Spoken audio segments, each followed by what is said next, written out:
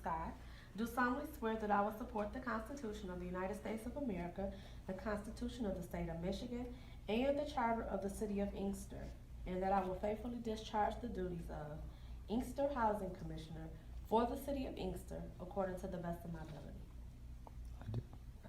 I do. Welcome aboard. Oh, thank you. Is there anybody else for public comment this evening? Yes, we got a hand raised here. I believe this is Ms. Scott. All right. Hi, this is former resident Commissioner DeSella Scott. Good evening, Lady Scott. Blessed.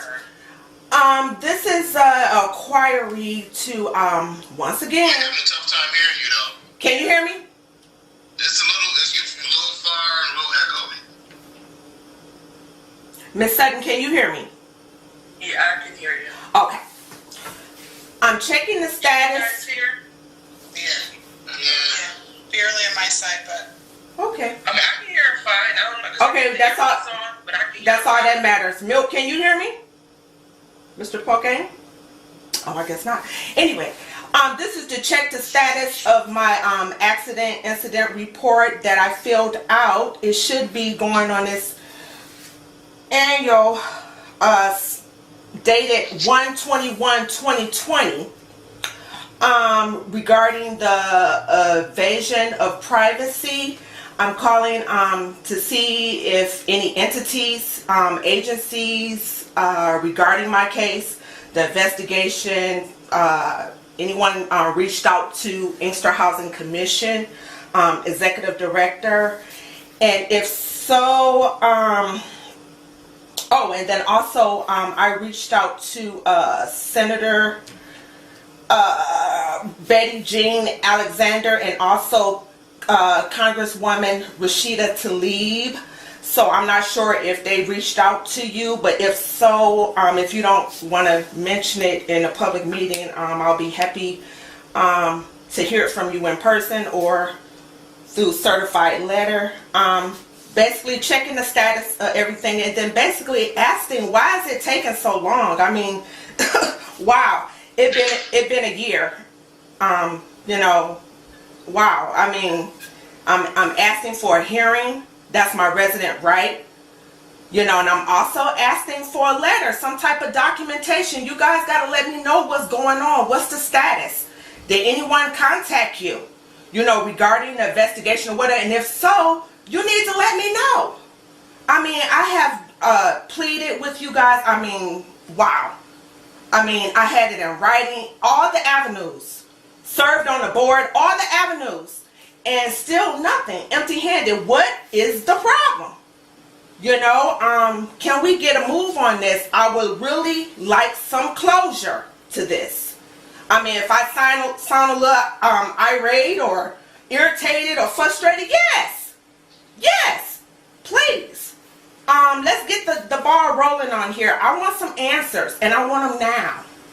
Thank you. Did everyone hear her fine? Yeah, so Most of them, yeah. she wants a meeting with the board, correct? I think she wants more. I'm sorry, go ahead. Just tell. I'm sorry if I may. Thank you, Ms. Sutton. A hearing. I'm not sure of the ins and outs to that. You guys probably have to reach out to another housing agency or call, you know, Mr. Pacelli or somebody, or Doug, because I can't recall any resident hearing as long as I've been residing here in Inkster, Michigan. So I don't know the protocol of that, who all entail that's on the panel or not. I don't know how that goes, but I know it's my right, my resident right, to request one among my peers, whether it be in public, private, whatever.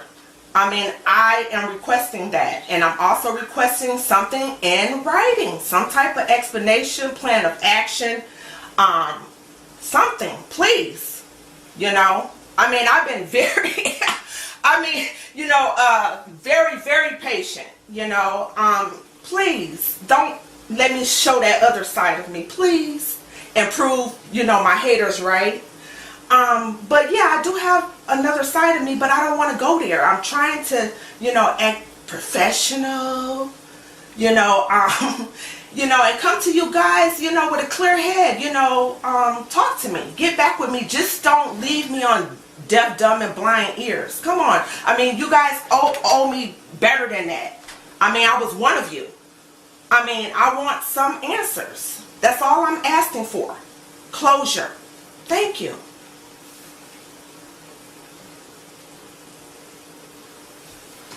All right. George, is there anything going on that we move? Where are we with this? Well, I'm in the process of finding out about the hearing process. Me and Milt has been talking about this, so I may have some information. As far as the hearing request, I need to get some information about that. She's absolutely right. I might have to call another housing agency and see if they're willing to do the hearing for us. So I'm in the process of getting that done. Okay, as these things are found out about, are you in communication with her with this? Yes. Okay. Okay, so it's just not, we're not just leaving her in the ether. So you're working on it, there's stuff coming. Yes. Okay, that's what I need to know. Ms. Dunn, you got the correspondence I forwarded you earlier this week. Yes. Yes. And she did request those items, so I'll be sending her those items as well tomorrow. If I may, I'm sorry I had to wait. Miss Sutton, she has, me reaching out to her, but it's been very brief. Very brief. And when I say brief, I'm still working on it, something got in, or I'm talking to this person, or I'm waiting for this to come back. So just wanted to be clear on that. But thank you for all your efforts, Miss Sutton, and everyone else that's, trying to move this along. Thank you. Yep. Okay. Mr. Chair, I would like to ask a question, and I don't want anybody's business put out there, but maybe I missed something, but Ms. Scott, what is it you want from the board? Nothing. I thought it was just between me and the executive director, but once again, Milt, Okay, so that was the part I was missing. Right. You brought it. You said we weren't doing anything, so I was a little lost. Right. Well, let me. I thought you wanted something from us, but it's with the executive. Right. Okay. It's more so with Doug Gordon, Mr. Pacelli. I'm not sure how Milt is in the middle of this, but I'm pretty sure he knows the protocol. So for the most part, I've just been dealing with Miss Sutton, and she's been reaching out to these additional entities because I haven't heard nothing from HUD. The last I heard, basically, it's not their business. They don't want to, put their finger or nose or ears in it, So it's something that the agency, the IHC, that's Inkster Housing Commission, has to deal with. So once again, Milt, he's the pro, he knows the protocol, so I'm just dealing with Miss Sutton until, further notice. But basically that's it. Thank you. Okay, thank you. Okay. And anybody else for public comment this evening?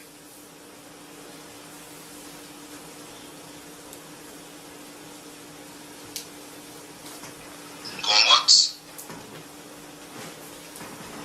Okay. Hearing no one else, we go ahead and close up public comment. Thank you everybody for that.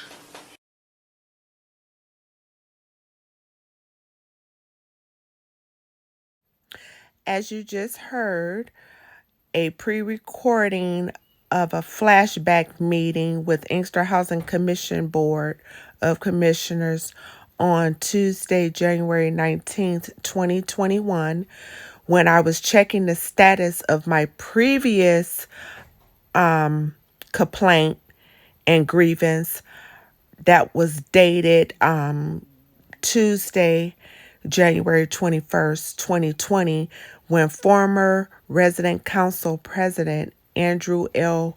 Carter stole, distributed, and announced my tenant file and documents in a public meeting among my peers and many witnesses, including Inkster Housing Executive Director, former Executive Director Paul Bollinger, current lawyer Milton, and Board of Commissioners, some new, some old.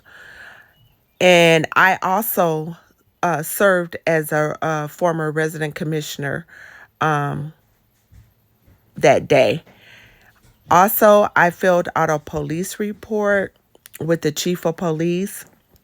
I also gave a copy to Inkster Housing Commission Executive Director, former Executive Director Paul Bollinger.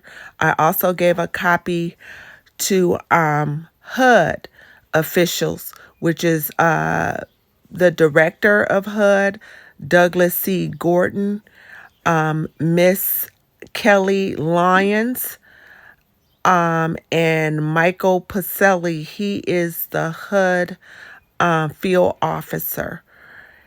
Once again, no one instructed me through letter, verbal, or in person that I only had 10 to 15 business days to request a hearing in this matter. They had me thinking that my case was being investigated. And I'm saying to myself, why would it be investigated when you have the guilty person, which was former resident council president Andrew Carter. He's announced my tenant files and documents in a public meeting. Even the former executive director, Paul Bollinger, was saying and asking him in that meeting, how did you, get DeSella Scott, tenant files? That was something that was not privy to anyone other than the executive director and the asset director. So at that point, Milt, the IHC lawyer, stated to Mr. Carter to give him a copy of that and hand it over now because he was out of order. And, by me sitting on the board, I had to keep my composure. I mean, I was in shock. And I was wondering why the other board of commissioners was not in shock. The reason they wasn't in shock because they had already received a copy prior to Mr. Andrew L. Carter exposing my personal information in a public meeting. So they had already had the copy before he even did that, along with Milt, the IHC lawyer, and the former executive director, Paul Bollinger. So at this time, I didn't know that they had a copy. I didn't find out until I request a copy of my tenant file as it pertains to my case to see if any entities reached out to Inkster Housing Board of Commissioners executive director and Milt as the attorney, that since anything with my name was on it, I had to write. It was my resident right to receive a copy.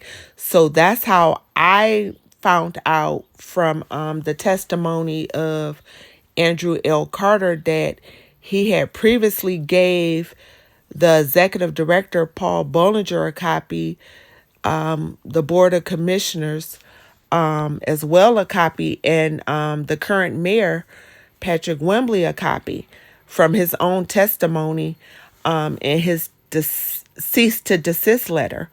And I was thrown back.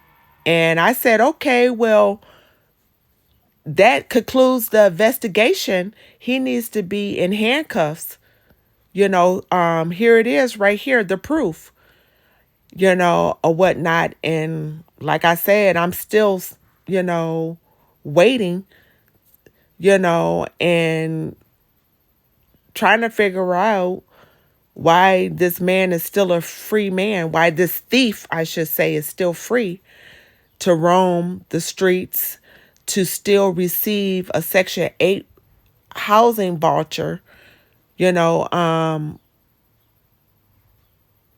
just basically to be free. Basically, the message that it says with HUD, fair housing, the city of Inkster City Hall, with the mayor and city council and the board of commissioners and the Inkster Housing Commission executive director, along with the attorney Milton, is a slap in the face. Basically, you gave Andrew L. Carter a free pass to commit this crime, to harass me, to terrorize me and my family, and to disclose my personal tenant information in a public forum without being held accountable. I mean, what does that say for HUD fair housing? It's no fairness, dealing with this case, because if you do this to me, and I served on your board as a volunteer resident commissioner, you do this to me, you can do this to any resident. Where's our rights? Where are the public officials that's supposed to stand up and speak up and fight for us? The poor, the women, the children. I mean, where is the fair housing in that? I filled out a police report. I filled out a domestic violence, dating, stalking report. I filled out an incident report. Tons of tenant reports with the resident council. Prior to that, for other situations, and to the board of commissioners. And, I'm just stunned, but once again, no one is above the law. Where is my resident rights? Where is my civil rights? Who's fighting and standing up for us? The poor, the women and children with disabilities, the invasion of privacy. I mean, the stalking, the harassment, the list goes on and on and on.